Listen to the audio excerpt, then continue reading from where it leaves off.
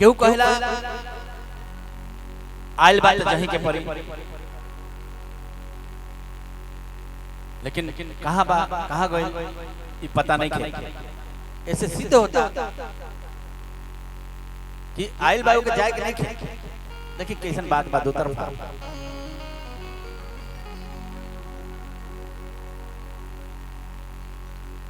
हाँ आना प्रकाश सूर्य अंधकार ये दो ही के व्यवस्था बा प्रकृति में।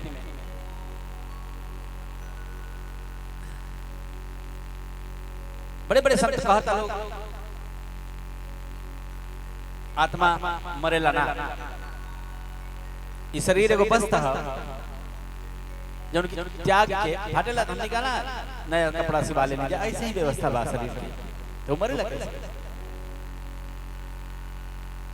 जेकरा बारे में कहल गइल बा वासान से जीर्णानि जथा विहाय।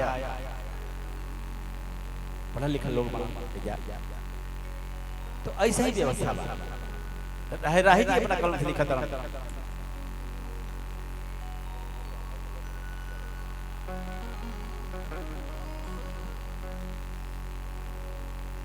हाँ कहो तो है नहीं, ना ही कहा ना जाए। कबीर साहब कहते रहे बात की, अगर कहता रहा कि परमात्मा बाण तो कहाँ बाण, अगर कहता रहा कि नहीं खा देखो कैसे चलता बिना संचालक के तहत व्यवस्था संसार। सोचला के बाद हाँ कहो तो है नहीं, ना ही कहा ना जाए। हाँ ना ही के बीच में साहब रहा समाए। लेकिन हमने का बीच में कहाँ आवत नहीं जा, एक किनारे वो किनारे हाँ तुम के लिए बने जगह पर आवत परमात्मा के दर्शन पावा। आई राई खत्म। अरे लागल चुनरिया में दागी रे तन देखबी धोबिनिया।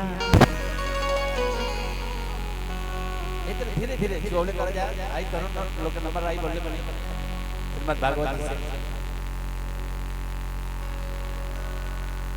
कहता भक्त हे प्रभु फाटल रहे तो कहीं दर्जी कहीं जाके शिवालय में अपन हो गया दाग ले व्यवस्था पर बना लेते, लेकिन फाटल नहीं के दाग लागल है धोवे के औ साबुन पर पास बाना। आरी फाटल रहित तक तही सियती, फाटल रहित तक तही सियती। आकी लेते अपने से तागी रे तन देखबी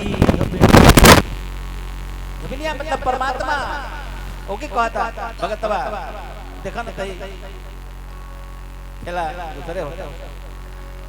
अरे लागल चुनरिया में दागी रे तनी देखबी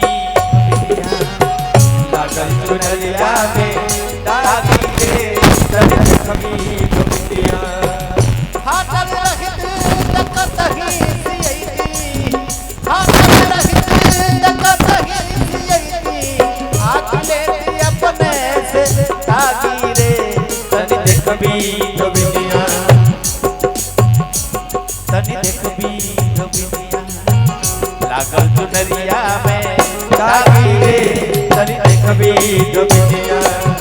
लागल चुनरिया में दागी रे तनी देखबी धोबिनिया।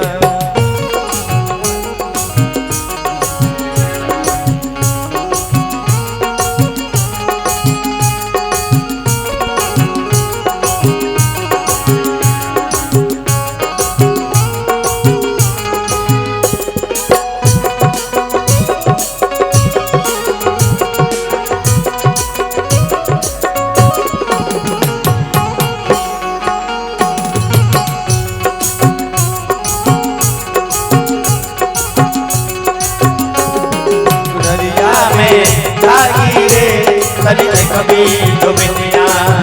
लागल चुनरिया में दागी रे तनी देखबी धोबिनिया। बहुत मेहनत के ले बानी हे पिता परमेश्वर एक धोए खाते तब वो दाग छूट नहीं थे कैसे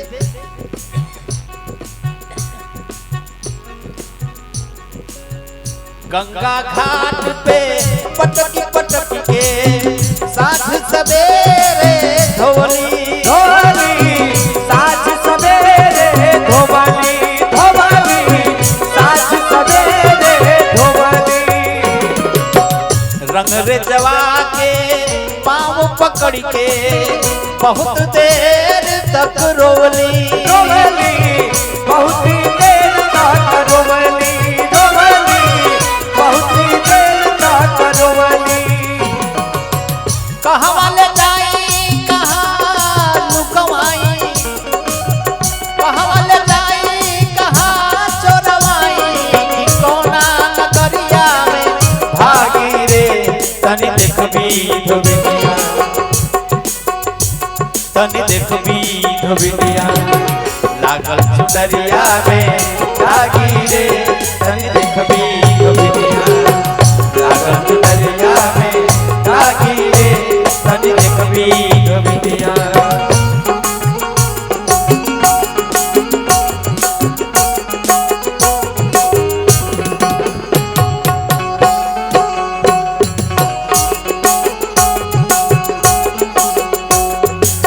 सुंदरिया में भागी रे तनी देखबी धोबिया लागल सुंदरिया में भागी रे तनी देखबी धोबिया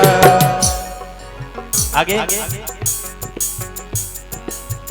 नैहर में सब ही के कहना हरदम मानत रहनी रहली हरदम बात रहली रहली हरदम बात रहली भाई भतीजा भौजाई सब ही के काम अइली अइली सबही के कामे अइली अइली सबही के कामे अइली कैसे सजन के दाग दिखाई कैसे सजन के दाग दिखाई सुनिला की होवे बैरागी रे तनी देखबी धोबिया तनी देखबी धोबिया लागल सुंदरिया में जागी रे तनी देखबी धोबिया लागल सुंदरिया में जागी रे तनी देखबी धोबिया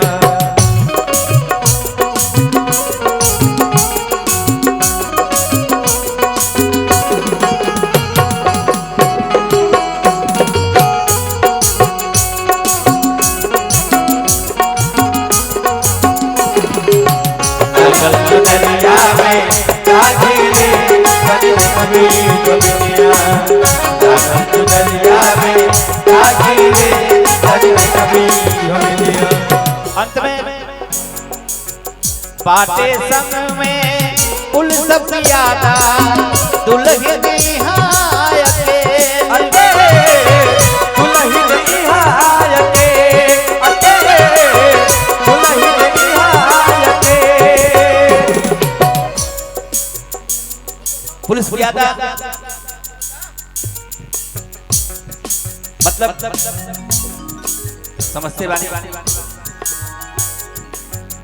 बाटे इहवा कुल सब यादा दुल्हन निहाय अकेले दुल्हन इहाय के अकेले दुल्हन इहाय के राही पलम साथ में जई हैं या पठवई हैं जेल या पटवई है जे या पटवई है जे समय रहे दुल्हन नाचे कलू समय रहे दुल्हन नाचे कलू लागल करमवा में आगी रे तनी देखबी धोबिया तनी देखबी धोबिया लागल सुंदरिया में जागी रे तनी देखबी धोबिया चुनरिया में जागी रे करी कभी तो बिटिया